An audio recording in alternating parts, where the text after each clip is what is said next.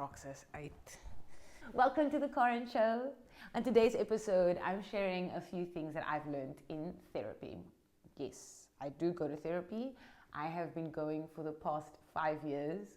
The first time I went to therapy was in September of 2020. At that point, I was going through a health struggle, which then ended up being tuberculosis, TB. And I saw a therapist for the same therapist for about 3 months or so. If maybe even that's maybe too many, but I saw the therapist for a bit. Then I stopped seeing the therapist, and then in May of 2021, that is when I started seeing the therapist again, and I've seen her since then regularly. Also, obviously, depending on what's going on in my life, I would see her more and or less, and then ended up in the hospital end of 2021. And that's when I was actually diagnosed with anxiety and depression, but also, dealt with a lot. Since then, have dealt with a lot. I'm on medication for anxiety, and which has helped me a lot. And now I'm here. So that's just a bit of a backstory about my mental health journey. Huge advocate. It's definitely part of a big deal, and a big part of my testimony. And also just of my story, which is my testimony. So, same thing. Okay, so let's dive in, shall we? It's time for the Karen Show. I'm going to mention 11 things that I learned. I know that's very random. I think there's probably 70 million. But for this episode, I'm going to deal with 11 things that I've learned. Number 1. And this is literally the very first therapy session that I had. This was something that came up. Taking care of myself is not selfishness. Growing up in the society that we do, but also in the environment that I did, it was a lot of giving of self. So both my parents are pastors. My mom grew up as a pastor's kid, so her dad was also a pastor. My dad grew up in the church. And in a church environment, if your parents are leaders, or even if you are a leader, there's a lot of giving, and my parents, they really walked a life. They are still alive. My parents really live and walk a life of giving and surrendering their life to God, and whatever that looked like for them back then. I think for themselves, I want to give flowers to my parents, but I know they've also done a lot of work in terms of dealing with how different giving looks with their current understanding, based on what it did when I was really young and in my life. So I've seen that in my parents as well. But the point is, so growing up, saw my parents giving a lot of what they have. My dad is also very active, I want to say, in his career. That's the way of saying it. And so I had busy parents all the time. So I didn't know any other way. That was the default that I grew up with. And naturally so, I was also a very busy kid. I think it was only in grade 12, actually, more towards the end of my school career, where I actually scaled down. Actually, more towards the last few years of school, I was really a lot more chilled in terms of my schedule. I only had cultural activities, which obviously kept me busy, but there wasn't a million things that I do. And I look at the kids these days and all the things that they do at school. I'm like, how are you a person? Do you even watch television? And so I definitely had time for Wizards of Waverly Place, Hannah Montana, Sweet Life on Deck. And at that point, it was just Sweet Life of Zack and Cody before Deck even came out. So I was, because definitely with Disney Corp, but I had time to be a normal person. That was life. But then obviously involved in church and all those things. And I remember even when I was in grade 12 and in school, my mom allowed that I scale down at church, all of those things. Moral of the story, Growing up, there was just this, however it came about, there was this idea that if I take care of myself, if I actually take a moment and do something for me, then I'm being the worst person in the world. That was honestly my mentality. And I remember this is the first thing I ever cried about in therapy. It's the first time, it came out of nowhere, Lord Jesus is my Lord. That was literally the first session, and she said something, and it just evoked tears. these stereotypes about therapy. It's true. Like you will face things that you didn't even know was an issue. At that point, I didn't even think that that's an issue. There was no way that I thought with clarity that is something I struggle with. But boom, it came out and I was like, whoa. And also just being in an environment where it's not my close family or people that I know how to manage their responses to me, because that's the reality, right? We know, especially with our close family, we have become accustomed to each other or one another's ways and habits. So we, in order to feel, it sounds rough now, like, it was unsafe, but in order to feel safe, for the lack of a better word, or in order to feel okay, or to feel like, you're not going to like spark an uncomfortable situation, we choose what we say and we mold ourselves in order to be okay. That's just the reality. It's not something bad. It's not something weird. That's just actually how life works, right? And so that's definitely been a situation for me. So being able to speak to someone that is outside of my usual environment gave me freedom to open up. And that's not a bad thing, especially if this person's a professional and everything that you say to this person is confidential and the person's being paid to be there for you.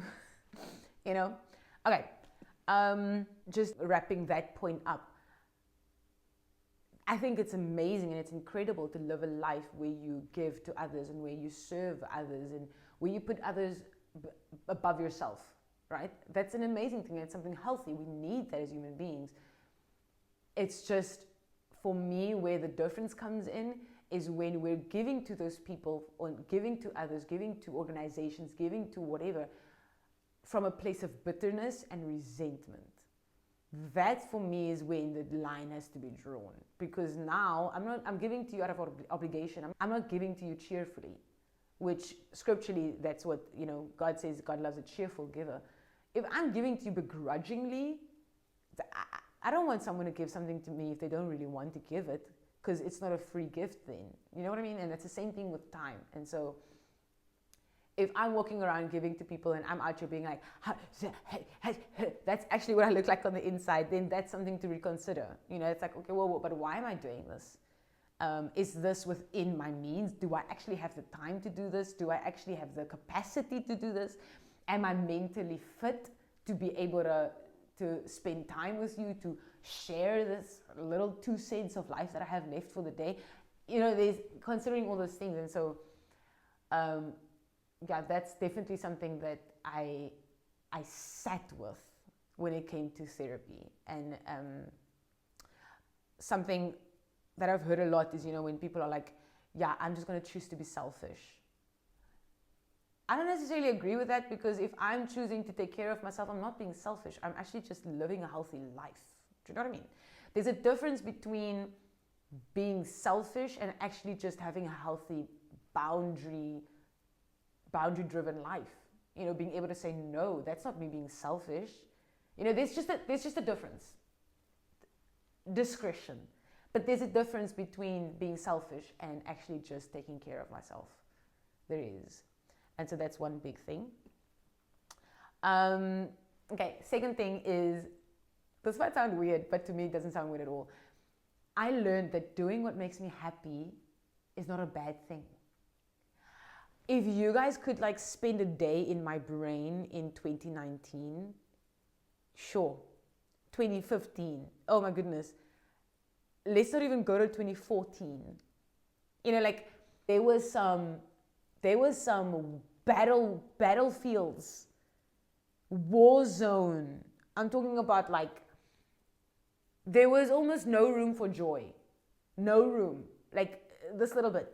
It was a constant beating up of myself. This was what it was like when I woke up in the morning in my brain. Literally. So in my soul, that was what was up. I'm not kidding. I woke up and it was war. I had lunch, it was war. I had supper, war. Went to bed, war. And I never won. And so I don't even have to elaborate on that. There's a lot happening in the world right now. But just the image that I want to convey, that was what was the setup of my being. And as a man thinketh, so he is. So I was a war zone on the inside. I may have looked hippity-chippity, but that's, the distance that's created. But that's another point. So I've had to, it's one of the most uncomfortable things I've had to learn, and still is uncomfortable. The deeper I go with God and the deeper I go with this, is how uncomfortable it's made me to actually be happy.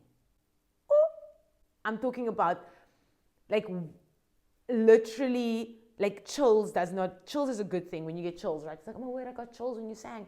I'm talking about hives for just doing things that's made me happy, because I was so depressed and so full of anxiety. Like, I was anxiety. I was it. Exaggerating, but I'm not even exaggerating. That's what it felt like. I was just filled with anxiety from head to toe. And there were certain things that, yes, looking back, if I didn't have music in my life, if I wasn't a culture kid at school, I don't know where I would have been if I wasn't actually doing something that naturally, like, God has blessed me. The more clarity that I've gained in my mind, and more clarity in my heart, and just healing, I've come to realize how impactful music is for me. As someone that's been blessed with the gift of music and the gift of making music and creating it and really living in it, I've come to realize what a gift that it is for my sanity. What is that? Like, he's given us gifts. I don't know what it's like for someone that's, like, into science. Probably it's the same thing. I don't know. But that is literally what the science of music does for me. And I've just, on my therapy journey, I've just had to really sit with, okay, but I've actually, connecting to the whole self-care aspect, I've actually got to make time for what makes me happy. And it's been such a journey. I know there was this time with regards to soccer. I've had past trauma in my life, as everyone does, but there's been certain traumas in my life that has caused me to feel like, if I do what makes me happy, I'm going to, number one, I'm going to lose it. As in, not mentally lose it, I'm actually going to lose that thing that makes me happy. So what's the point? Right? What's the point of doing this thing that makes me happy if I'm going to lose it? So I'm just not going to even allow myself to experience some sort of joy that it brings, because I'm going to lose it. I'm going to lose it. And I've said that twice, but that number one, I know a big deal of that stems from the loss of a friend, a really dear friend that I lost in 2016. That impacted me a lot in terms of relationships, but also in terms of just things that make me happy. But even before that happened, I remember at school, like, just feeling like, what's the point of doing anything that brings joy? It's not going to last. And that's a healing point for me right there.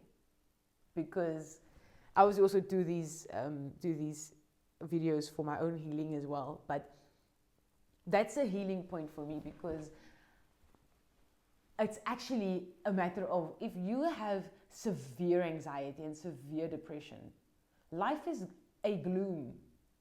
Life is gloomy. Life doesn't feel worth living, right? And so at school, I almost want to say, even with my level of depression and anxiety, I was privileged not to deal with suicidal ideation. I was privileged not to, because when I look back, I'm like, I was supposed to be in the streets, being there, And so for me, I know that having all of that depression, having all that anxiety, it's just led to an understanding. It's led to a belief that nothing good can come from anything good. So why even try? That was a mentality for, sure, I almost want to say, like, a bit more than a decade. That's been my mentality. So it's taken it's taken so much work, and it still is work, because when something big happens, it's like, oh my word, going back to not being good enough, not being worth it, just all of those kind of, thoughts, and really having to dial it down, deal with, okay, Karen, you know what? Take it step by step. Don't do it all at once.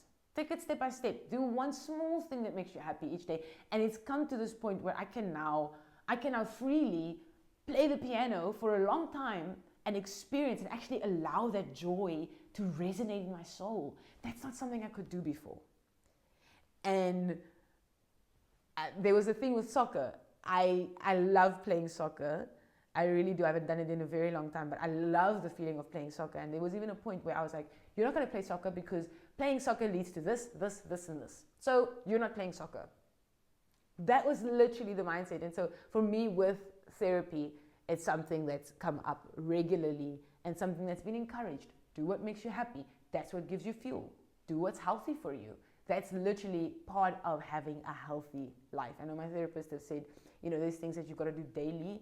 I think just scientifically or whatever, in order for you to, or that you can do in order for you to actually be a generally healthy person, right? So that's obviously exercise, eating well, sleeping well, having something that stimulates your brain intellectually, also having enough pressure. There's a healthy level of pressure. I had to learn all of those things because I was just so beyond the extremes that I couldn't learn to find the middle ground. And with it all, doing what makes me happy thing is, it's things that's inherently, it's good things. It's not like I'm out here doing drugs or, being on the streets, I was saying, even though I had my time in the streets, but, I'm speaking about the things that inherently are good things. And so, yeah. Okay, number 3, your childhood experiences literally shape the way you view yourself as an adult, as a teenager, even, late teens, early childhood. It shapes all of that. What I've learned from therapy, and what I think most people learn in therapy, is that your experience with your parents and your relationship with your parents as a kid, and just how you fit in to their lives, determines how you view your value, how you view your importance in this world, how you view your purpose, your future. And I think about so many movies and things that I've watched. And I've actually been there. I don't even have to talk about movies, but where, say, a guy doesn't want to commit to a relationship because this and this and that. That generally leads to either a heartbreak that he's had in his actual life, or in a romantic relationship, or just the relationship he's had with his mom, or the relationship of his parents. Same thing with a woman, but I'm just using that as an example. And so it's exactly that for all of us, but I'm speaking for myself, literally. And those are the most painful things to go back on. And it's the most buried things. So actually going there takes a lot of work, and sitting there is so uncomfortable. Oh my goodness. I remember this one time. It was in that intense year in 2021. This was not that was a hectic year. That was throwing toys out of the cot, dealing with the things, dealing with the roots of the things. And I remember in that year, I knew I've just experienced too much pain to go back to the way things were before. And I was like, I know that this change is painful, but I've got to stick to it. And I was needing so much encouragement that I literally showed up for this one therapy session, and I was like, I need you, therapist. I need you to explain to me why people come to therapy. I'll never forget it. And she was like, okay. And she gave me various reasons why people come to therapy. And I needed to hear it. I needed to hear that I actually need this. Because coming from a place where you felt really disappointed in life, where you felt neglected, and where you felt like you just have to figure a lot of things out on your own because no one's there to help you, if that's the kind of space and mentality you're at, especially I was 25 at that point, right? And I was actually only dealing with those things then at 25, quarter life crisis. I had a quarter life crisis, which I'm so grateful for. I don't want to go back there, but I would do it again because it's brought me where I am here now, but that's not the point. And I remember being that kind of person that's always just had to kind of depend on yourself because you felt like you couldn't depend on people around you. And that brought me to feeling like I don't need people's help. You know, when things get really hard, I'll go into my corner. I don't need anyone. I'm going to solve this because I only trust myself. Right? So that includes Jesus, that includes mama, that includes daddy, that includes everyone. No, I only trust myself. Right? So that was the way that I dealt with really difficult things. Can I say dealt with? No. That's how I coped because I didn't actually deal with it. I just coped. I managed. I survived. I didn't actually deal with it, right? I avoided it by doing that. But anyway, that's what I thought helped. So in that moment, I needed to learn how to depend on someone else, how to depend on help. Oh my word! That was one of the most horrible experiences of my life. Learning how to depend on other people for help and how to trust other people. I couldn't stand it. I know it sounds dramatic, but I couldn't stand it. It was actually heart-wrenching, learning how to trust someone else to help me. And that's actually number 4, but anyway, that is also what therapy taught me. How to actually trust someone with my life. Because no, I'm not physically trusting her with my physical being, but I was trusting my therapist with my soul, with my heart, and that is my life, with my mind. And so that God was gracious enough to me to have such a fantastic therapist. And my therapist is also Christian, so that helped me. I don't know the experience of having a therapist that's not Christian, so I can't, relate. But it was just such a gift for me to learn how to depend on others. To learn, this is actually what I want to say, to learn how to depend on a healthy environment. Because there's a difference between depending on, Peter, Chuck, and Donnie, who I don't know from a bar of soap, and then expecting them to be a safe space. It's this person's job to be there for me. That brings me to other stuff, I'm aware. But anyway, so all of those things. Back to childhood experiences. And so, without dealing with that trauma, I don't know where I would have been. The trauma determined so much of how I chose relationships, of how I was walking in relationship to myself or with myself, of how I approached academics, work, school. It determined everything. And because I didn't have self-awareness, which is my next point, but because I didn't know the power that all of that pain had over me, I was just going with emotions. So learning how to actually individualize from my parents, learning how to individualize from the experience that I had, and learning how to actually be free from the pain, be free from the heartache, learning how to actually stand on what is true and what is the reality of my life. Because, oh my word, I lived in a reality that wasn't real.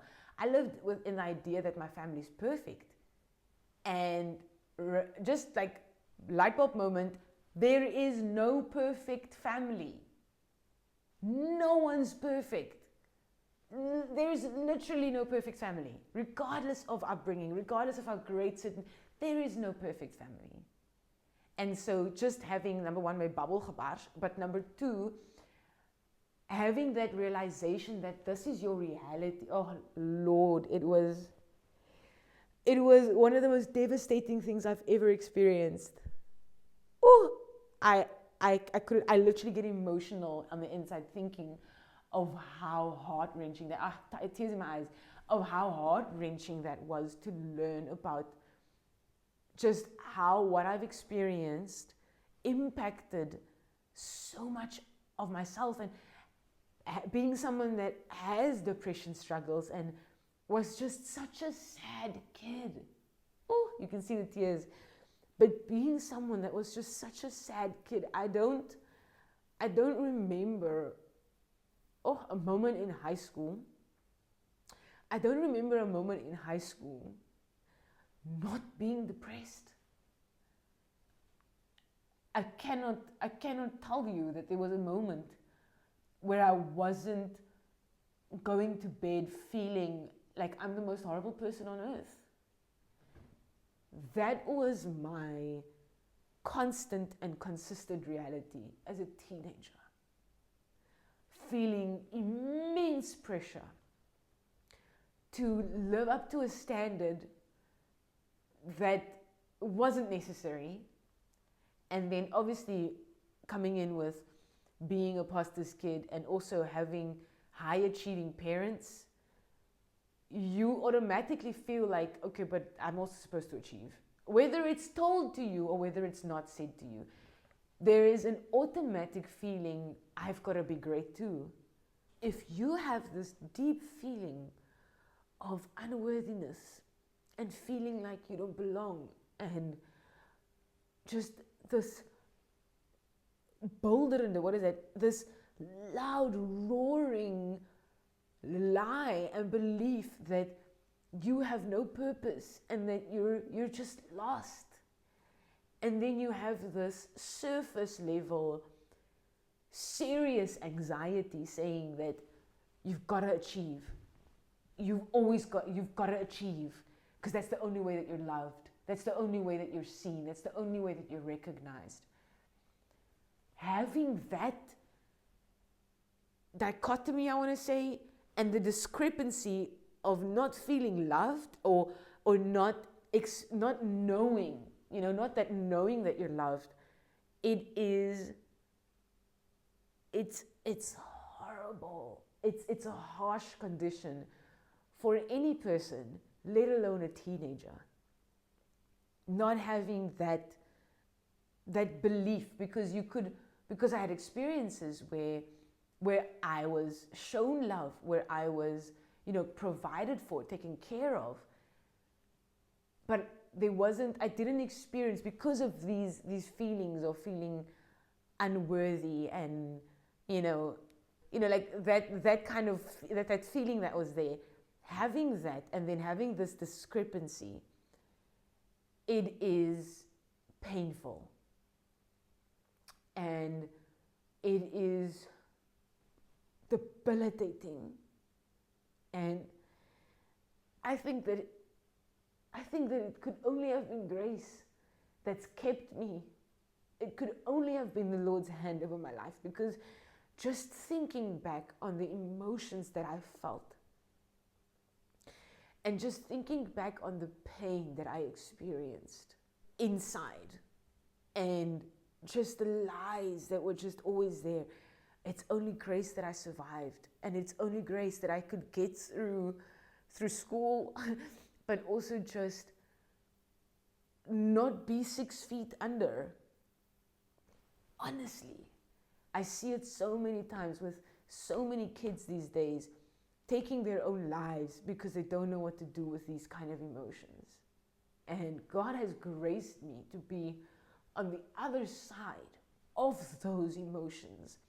And on the other side, yes, I still deal with my anxiety, and I still deal with depression when I have depressive episodes, and I still deal with it, but I now have tools that have empowered me to be stronger, but to face these things, to say, you know what, okay, this is actually the cause of this. This is how I can get help. This is how I can reach out. You are not an alien for feeling the way that you do, and you are not wrong for feeling the way that you do. Our feelings occur and our feelings are there based on experiences that we've had. Feelings don't just come out of the sky. Feelings are there because I remember our emotions are signals. They're signals to us that something's wrong. Our emotions are signaling signals to us that you've got to pay attention here. Something's up, or when we have that fear, that means I don't feel safe. When I have that anxiety, it means I don't feel safe. Something's wrong, and so that is what that means. And, I just want to take a moment and say that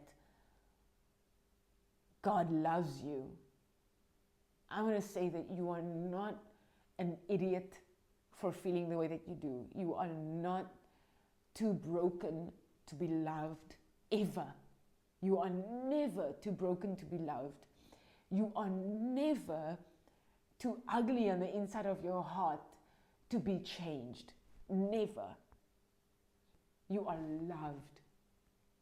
And you are taken care of, even when you don't see the provision, and even when you don't see the care. You are taken care of. And you are covered. You are covered by the blood of Jesus.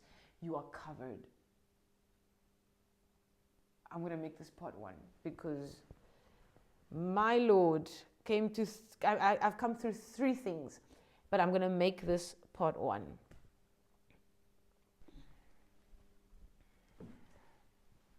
I don't have my keyboard stand right now. It's in my car. I will be still and know.